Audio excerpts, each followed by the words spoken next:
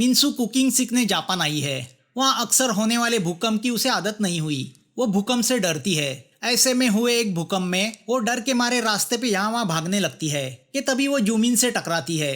Zoom in मिन्सू में confidence जगाने के लिए उसे एक पुराने होटल लेके आता है। मिन्सू का सीधा साधा और मासूम स्वभाव उसे भा जाता है। तभी मिन्सू का फोन वाइब्रेट होता है। भूकंप आया ये सोच के मिन्सू टेबल के नीचे छुपती है। जूमिन उससे कहता है, तुम्हारी मासूमियत खुद एक भूकंप की तरह है। वो मिन्सू के सामने अपने दिल की बात कह देता है। अब दोनों का मिलना जुलना शुरू होता है और आखिर 1 साल के बाद दोनों शादी करते हैं। अब 7 साल गुजरते हैं। दोनों कोरिया में रहते हैं। मगर अब मिन्सू का स्वभाव थोड़ा चिड़चिड़ा हो गया है। वो छोटी सी बात पे बहस करती है। उसके दिन की शुरुआत ही पेपर वाले के साथ झगड़े से होती है। बेचारा जूमिन उस पेपर वाले को सॉरी कह देता है, क्योंकि पड़ोसियों के सामने रोज रोज क्या सीन क्रिएट करना। मिन्सू हाउसवाइफ है तो जूमिन एक कंस्ट्रक्शन कंपनी में इंजीनियर।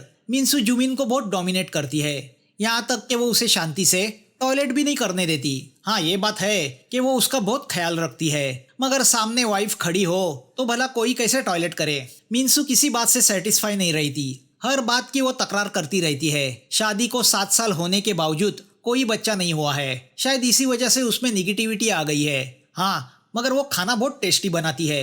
जूमिन को सिगरेट से नफरत है, मगर मिन्सू स्मोकर है। मिन्सू 2 मिनट जूमिन को शांति से बैठने नहीं देती। बेचारा जूमिन शादी से पूरी तरह परेशान हो चुका है। घर तो घर, वो ऑफिस भी जाए तो मिन्सू का हर 5 मिनट बाद फोन होता है। फोन पे बातें कम, तकरार ज्यादा होती है। ऊपर से मिन्सू की कंडीशन होती है कि जब भी वो फोन करेगी उसे बंद भी पहले वही करेगी। आखिर बर्दाश्त की भी हद होती है। जूमिन गुस्से से फैसला करता है कि पहले मौके पे वो मिन्सू से डिवोर्स लेगा, मगर ये तो सिर्फ ख्याली पुलाव है। डिवोर्स की बात तक मुंह से निकालने की हिम्मत उसमें नहीं। जूमिन की कंस्ट्रक्शन कंपनी कॉम्प्लेक्स का नया प्रोजेक्ट पेयोंग सिटी में शुरू करने जा रही है, तो वो चाहती है कि उनका कोई इंजीनियर उस प्रोजेक्ट को हैंडल करे। प्रोजेक्ट खत्म होने तक यानी अगले 5 साल तक वहाँ रहना होगा, तो कोई वहाँ जाने को तैयार नहीं सिवाय 2 लोगों के। एक तो अपना जूमिन है तो दूसरा है लिमची। उसका बॉस नोआ उन दोनों से पूछता है, भाई जहाँ कोई जाने को तैयार नहीं वहाँ जाने के लिए तुम दोनों उतावले क्यों हो रहे हो। जूमिन कहता है, मैं अपनी वाइफ से तंग आ चुका हूँ। तो लिमची कहता है, मैं ताज़ा ताज़ा डिवोर्स ले चुका हूँ, अकेला हूँ तो दिल झोंक के काम कर सकता हूँ। ऊपर से मुझे एलिमनी के पैसे भी देने हैं। पेयोंग जाने के लिए मैं परफेक्ट कैंडिडेट हूँ। तो नोआ लिमची को भेजने का फैसला करता है। दुखी जूमिन शराब पी के घर लौटता है तो मिन्सू उसकी क्लास ले लेती है। दरअसल मिन्सू के मायके वालों ने बच्चे न होने पर उसका काफी इंसल्ट किया है। जूमिन आईवीएफ के लिए तैयार है, मगर मिन्सू ही तैयार नहीं। उसी का फ्रस्ट्रेशन मिन्सू को आया है और जाहिर है इसका गुस्सा वो अपने पति पे निकालती है। अगले दिन जूमिन लिमची से कहता है कि डिवोर्स को लेके वो उसे कुछ टिप दे ताकि वो मिन्सू से आसानी से डिवोर्स ले सके। मगर लिमची उसे डराता है कि अगर तुमने डिवोर्स फाइल किया तो तुम्हें भारी भरकम एलिमनी देनी होगी, पूरा बैंक बैलेंस खाली हो जाएगा, पैसा तो पैसा, दिल का चैन भी चला जाएगा। तो ऐसा कुछ करो जिससे मिन्सू तुम्हें डिवोर्स देगी। वही सब चीजें करो जिससे वो नफरत करती है। उसे इरिटेट करो, वो जो कहेगी उसके उल्टा करो। अब जैसे ही जूमिन घर पहुंचता है मिन्सू उसे कपड़े बदलने और नहाने बोलती है। जूमिन कपड़े बदलने और नहाने से मना करता है। मिन्सू कहती है, कम से कम खाना तो खा लो। जूमिन मना करना चाहता है, मगर भुक्कड़गिरी ही आदमी को बर्बाद कर देती है। मिन्सू ने उसकी पसंदीदा डिश बनाई है और वो भी टेस्टी, तो वो अपने आप को रोक नहीं पाता। अगले दिन जूमिन अपना ये दुखड़ा अपने बॉस नोआ के सामने रोता है। वो नोआ के पैर तक पकड़ लेता है तो वो जूमिन को भी भेजने का फैसला करता है। रात को रेस्टोरेंट में डिनर के वक्त ये खुशी की न्यूज़ जूमिन मिन्सू को बड़े दुखी चेहरे से देता है कि 5 साल के लिए उसे मिन्सू से दूर रहना पड़ेगा। वो मिन्सू से कहता है कि महीने में 1 आध बार वो वहाँ आके उससे मिल सकती है। मगर घर लौटते ही मिन्सू के तेवर बदल जाते हैं और वो जिद करती है कि वो भी जूमिन के साथ पेयोंग आएगी। हो गया ना बेड़ा पार। जूमिन उसे झूठ कहता है कि जैसे ही वो वहाँ सेट हो जाएगा वो उसे भी वहाँ बुलाएगा। तो अगले दिन बड़े जोश के साथ जूमिन पेयोंग के लिए अकेला निकलता है। पेयोंग में जूमिन की एक कॉलेज फ्रेंड रहती है जिसका नाम है मिनी। मिनी एक एफएम चैनल चलाती है जो बंद होने की कगार पे है, क्योंकि उनके रेडियो शो को कोई रिस्पॉन्स नहीं मिल रहा। इस बात से चैनल का आरजे जिमी भी परेशान है। जूमिन मिनी से मिलता है। कॉलेज के वक्त जूमिन मिनी का क्रश था। जूमिन की शादी ने उसका दिल तोड़ दिया था। मिनी जूमिन को सिटी में एक घर दिला देती है। रात को जूमिन जैसे ही घर पहुंचता है तो अंदर मिन्सू को देख के शॉक हो जाता है। उसकी तो बोलती बंद हो जाती है। जिससे वो भागना चाहता था वो उसके सामने खड़ी थी। डिनर पे मिन्सू जूमिन के लिए ढेर सारा खाना बनाती है, मगर बेचारे जूमिन के गले से खाना नीचे नहीं उतरता। मिन्सू उससे कहती है कि वो भी कुछ चेंज चाहती थी। तो वो सरप्राइज देने सीधा यहाँ चली आई। सरप्राइज काहे का, ये तो 3rd डिग्री टॉर्चरिंग है। खाने के पहले निवाले के साथ ही मिंसू का टोकना शुरू होता है। वो तो टॉयलेट में भी जुमिन का पीछा नहीं छोड़ती। उसकी बकबक नॉनस्टॉप शुरू रहती है। अगले दिन ऑफिस में नोआ प्रोजेक्ट की शुरुआत को लेके रात को एक पार्टी रखता है, मगर उसकी शर्त होती है कि सारे एम्प्लॉई अपनी वाइफ के साथ आए। जुमिन मिंसू को लेके पार्टी में नहीं आना चाहता, वरना वो दूसरों की वाइफ को इरिटेट करेगी, मगर नोआ उसकी एक नहीं सुनता। अब हमारे सामने आता है जुमिन का पड़ोसी जैंग, जो कैसानोवा टाइप का इंसान है, जो लड़कियों को पटाने में एक्सपर्ट है और उनका दिल तोड़ के ब्रेकअप करने में भी एक्सपर्ट है। हर बार एक नई लड़की उसके दरवाजे के सामने गाली गलौज करते हुए नजर आती है। यहाँ घर में मिंसू को पार्टी के बारे में पता चलता है। वैसे वो आने को तैयार नहीं, मगर वो सोचती है कि कहीं इस बात से जुमिन का बॉस उस पे नाराज ना हो जाए। तो जुमिन फर्श पे साबुन गिरा के जानबूझ के मिंसू को गिराता है। अब साहबजादे रात को बड़ी खुशी से अकेले ही पार्टी में चले जाते हैं, मगर मिंसू भी कहाँ मानने वाली थी। वो बैसाखी का सहारा लेते हुए पार्टी में पहुंच जाती है। पार्टी में दूसरे एम्प्लॉय की वाइफ पहले तो मिंसू का इन बात पे इंसल्ट करती है कि वो चेहरे से ज्यादा उम्र की लगती है। फिर वो मिंसू के मेकअप को चीप ठहराती है। इससे उनका जी नहीं भरता, तो वो मिंसू को इस बात पे ताने मारती है कि शादी के 7 साल बाद भी उसे कोई बच्चा नहीं हुआ। फिर भी मिंसू चुप रह जाती है। अब जब एक लेडी मिंसू से कहती है कि वो उनके यहाँ रमी खेलने आ जाया करे, तो मिंसू उनसे कहती है कि वो अपने हस्बैंड की मेहनत के पैसे को उड़ाने में इंटरेस्टेड नहीं है। वो लेडी जुमिन से कहती है तुम्हारी वाइफ बड़ी इरिटेटिंग है। वो सुनते ही मिंसू के पेशेंस खत्म हो जाते हैं। वो उनसे कहती है मैं इरिटेटिंग हूँ, मगर तुम लोगों की तरह जाहिल नहीं हूँ। मिंसू अपनी बातों से बखेड़ा खड़ा कर देती है और गुस्से से पार्टी छोड़ के घर लौटती है।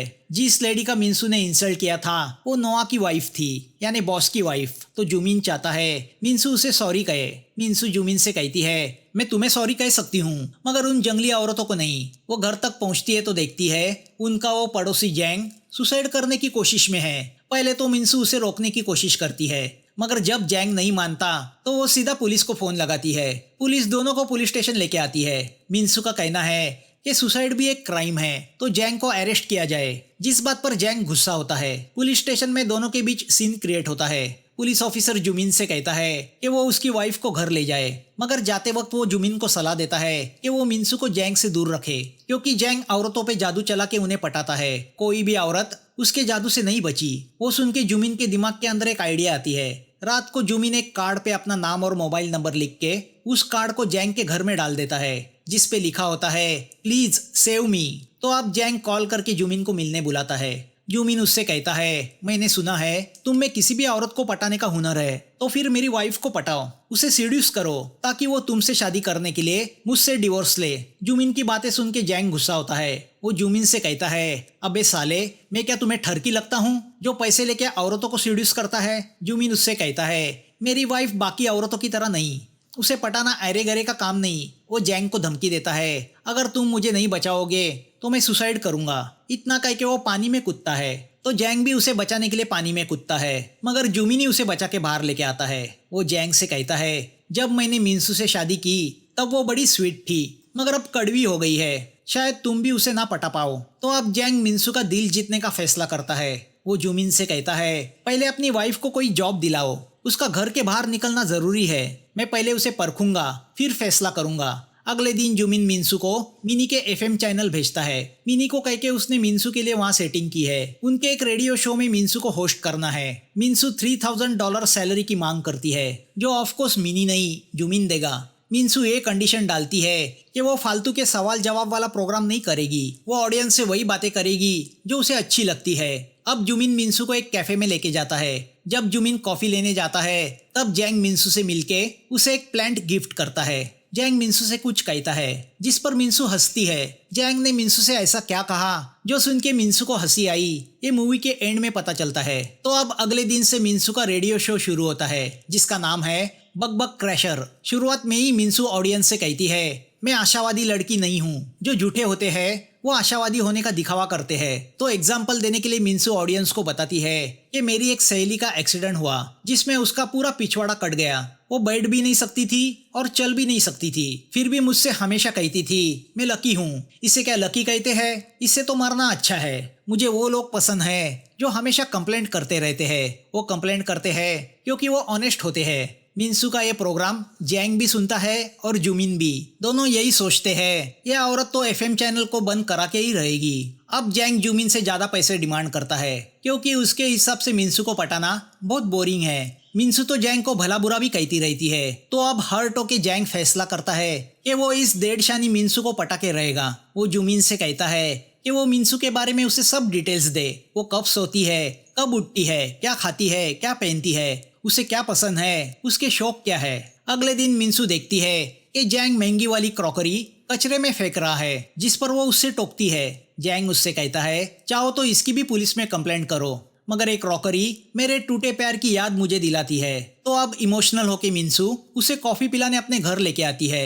जैंग ओवर इमोशनल होने का नाटक करते हुए बिना कॉफी पिए मिंसू के घर से निकल जाता है। शाम को मिंसू क्रॉकरी वापस करने जैंग के घर जाती है। जैंग उससे कहता है तुमने मुझे सस्ती वाली कॉफी पिलाई, मगर मैं तुम्हें महंगा वाला कॉकटेल पिलाऊंगा। वो मिंसू से कहता है जब तुम हंसती हो तो बहुत खूबसूरत लगती हो, मगर ये मत समझना मैं तुमसे फ्लर्ट कर रहा हूँ, क्योंकि मैं जानता हूँ तुम मुझे कभी पसंद नहीं करोगी।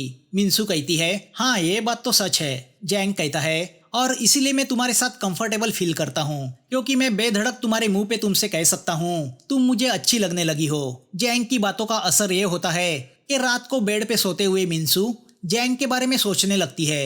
ये बात जुमिन नोटिस करता है और खुश होता है कि उसका फॉर्मूला काम कर रहा है। वो मैसेज करके ये बात जैंग को बताता है। अगले दिन अपने शो में मिंसू ऑडियंस से कहती है कि मैं एक बारबेक्यू में गई थी जिनके लोगों पे एक डांस करता हुआ पिग हाथ में डिश पकड़े हुए है और डिश में पिग का ही मटन है। अब आप ही बताओ इसमें क्या सेंस है? क्या कोई अपनों का ही मटन खाते हुए खुशी से डांस कर सकता है? यह अमानुष बात है। बचपन में हम एनिमल शेप की कैंडी खाते हुए सोचते थे पहले सर खाऊं या पैर। कहने की बात यह है सेटिस्फेक्शन बड़ी बात है, इंसानियत गई तेल लगाने। मगर मैं इसी सोच से नफरत करती हूँ। शो के बाद जैंग मिंसू को पिकअप करता है। कार में जैंग मिंसू से कहता है तुम्हारा शो सुनते सुनते तुम मुझे अच्छी लगने लगी हो। तो अब वो मिंसू को अपने फार्म पे लेके जाता है और उसे वहाँ की लाइफ एक्सपीरियंस कराता है। वो मिंसू से कहता है मैं यहाँ के जानवरों से बड़ी इज्जत से पेश आता हूँ। अब वो मिंसू से पूछता है मैं दिलफेक आशिक हूँ, ये जानते हुए भी तुम मेरे साथ रहने लगी हो, तुम्हें डर नहीं लगता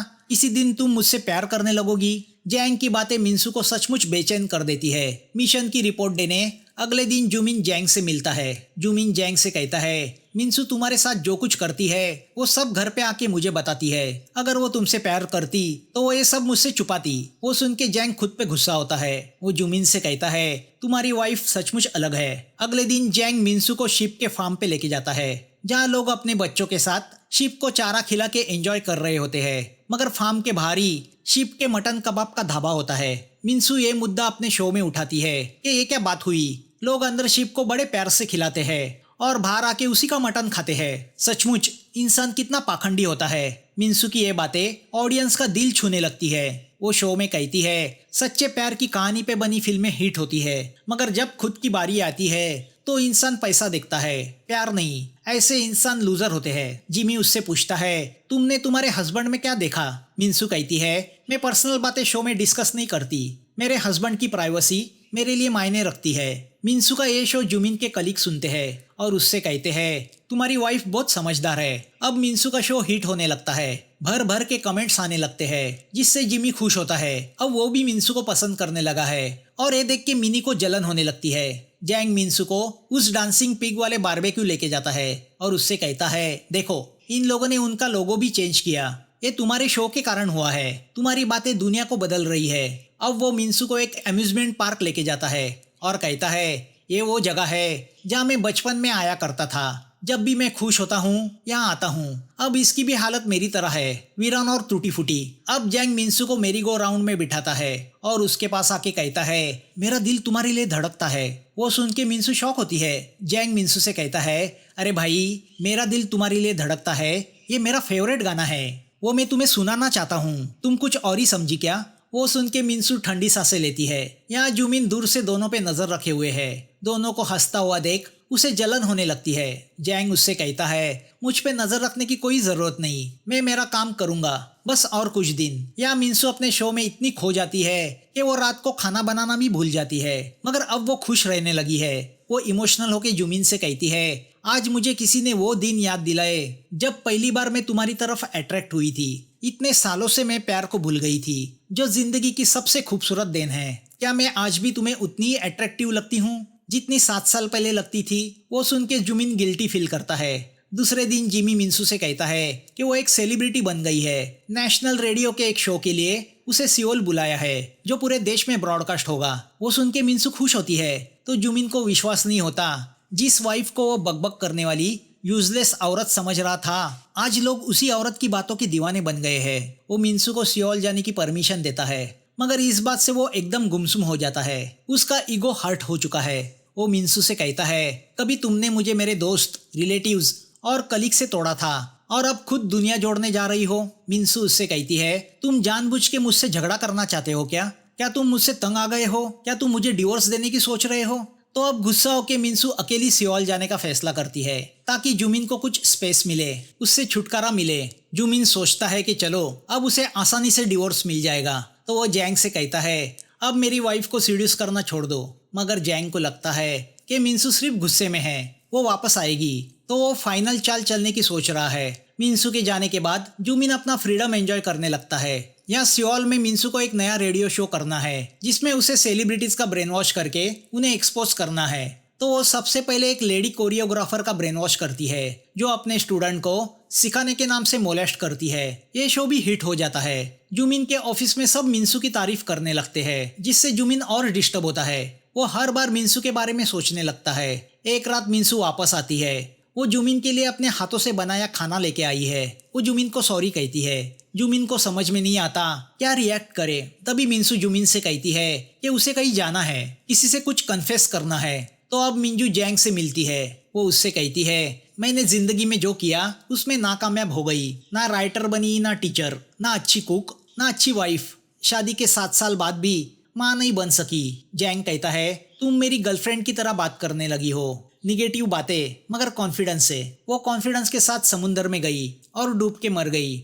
मुझे तैरना नहीं आता था तो मैं बस देखता रह गया। उसी वक्त दूसरी ओर जुमिन जैंग को कॉल करने की कोशिश करता है तो पता चलता है जैंग का नंबर अब सर्विस में नहीं है। तो अब जुमिन डिप्रेस होकर शराब पीने जाता है। तो वहाँ मिंसू ने रखी नोट उसे मिलती है, जिसमें उसने लिखा होता है, तुम्हें शराब पीना पसंद नहीं, अगर तुम इसे पीने जा रहे हो तो इसका मतलब है तुम मेरे बारे में सोच रहे हो। मैंने भी फैसला किया है, मैं माँ बनना चाहती हूँ, तो हम हॉस्पिटल जाके ट्रीटमेंट करेंगे। मैं हमारे घर को खुशहाल बनाना चाहती हूँ। यहाँ जैंग मिंसू को ड्रॉप करने आता है। वो उससे गुड बाय करता है क्योंकि ये उनकी आखिरी मुलाकात है। वो मिंसू से कहता है, ठीक 1 साल पहले इसी वक्त हमारी पहली मुलाकात हुई थी। मैं सुसाइड करने जा रहा था और तुमने पुलिस में कंप्लेंट की। मैंने सोचा नहीं था हम इतने करीब आएंगे। उन दोनों को दूर से जुमिन देखता है। मिंसू जैंग से कहती है, मैं ऐसा फील कर रही हूँ जैसे किसी क्लासिक फिल्म की हीरोइन हूँ। जैंग कहता है, हाँ, मगर मैं इस फिल्म का हीरो नहीं हूँ, मैं साइड आर्टिस्ट हूँ। मैं वो हूँ जो सिर्फ हीरोइन के सपने देख सकता है, उसे अपनी यादों में बसा सकता है। उसकी बातें सुन के मिंसू इमोशनल होती है। जैंग मिंसू के लिए रोमांटिक सॉन्ग गाते हुए चला जाता है। मिंसू आंखों में आंसू लिए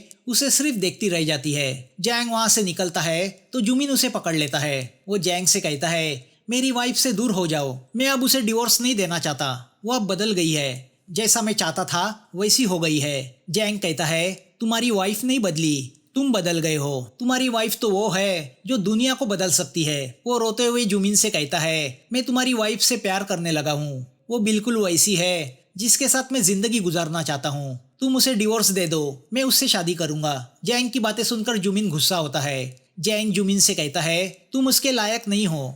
डिस्टर्ब जुमिन घर लौटता है तो भूकंप आता है।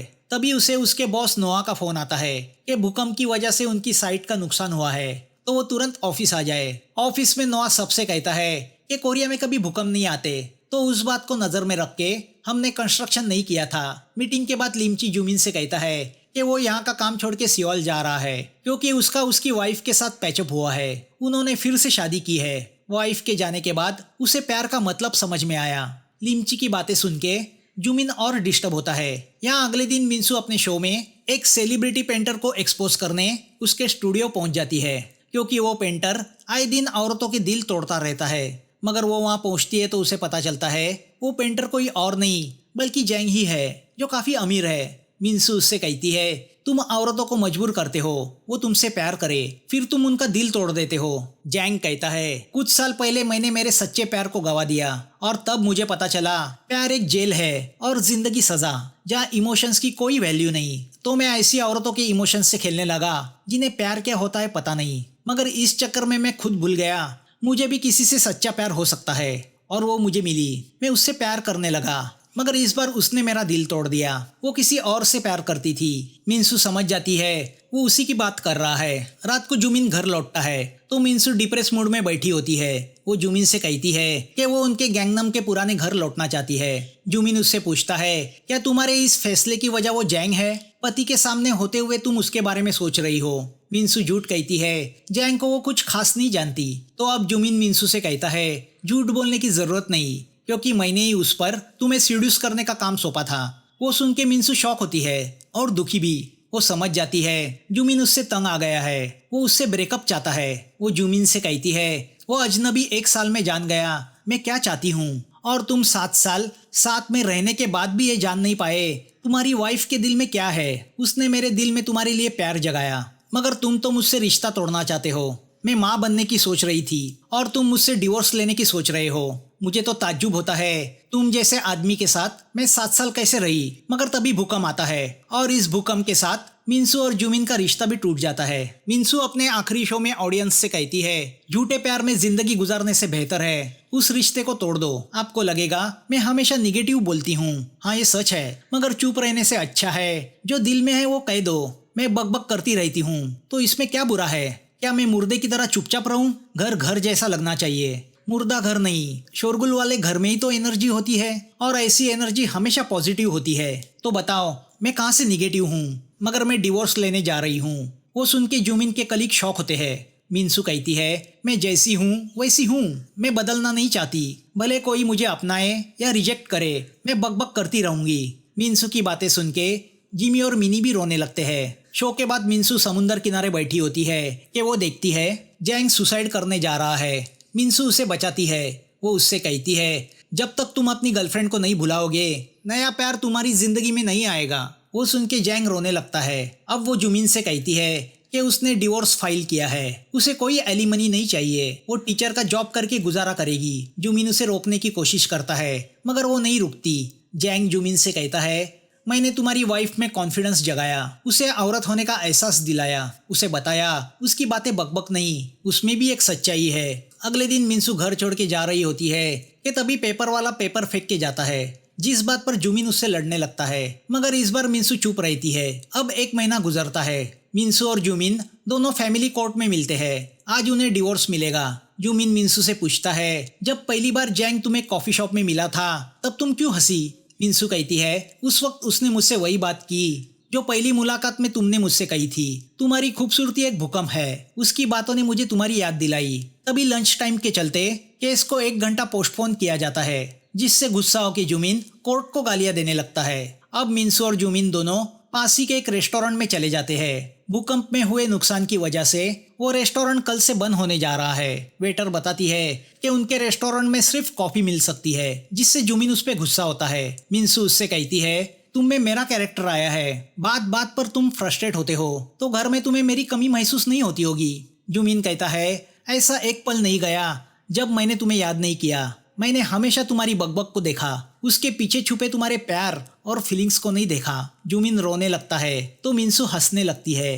तभी भूकंप आता है तो मिनसू टेबल के नीचे छुपती है। जुमिन कहता है, भूकंप नहीं था, तुम्हारा फोन वाइब्रेट हो रहा था। मगर एक बात है, आज भी तुम खुद भूकंप लगती हो। दोस्तों, बताने की जरूरत है क्या? मिनसू और जुमिन अपना डिवोर्स कैंसिल करके फिर से एक हो जाते हैं। तो दूसरी ओर टीवी शो में मिनी जैंग को इनवाइट करती है, जिसकी बातें मिनी को अट्रैक्ट करती है। तो जैंग को भी मिनी में उसका प्यार मिल जाता है और मूवी यहाँ खत्म होती है। दोस्तों, रिक्वेस्ट करूंगा कि इस चैनल को सब्सक्राइब करें, तभी ये चैनल ग्रो कर पाएगा, नए वीडियो आपके सामने ला पाएगा। तो फिर मिलेंगे नए वीडियो के साथ। Thanks for watching.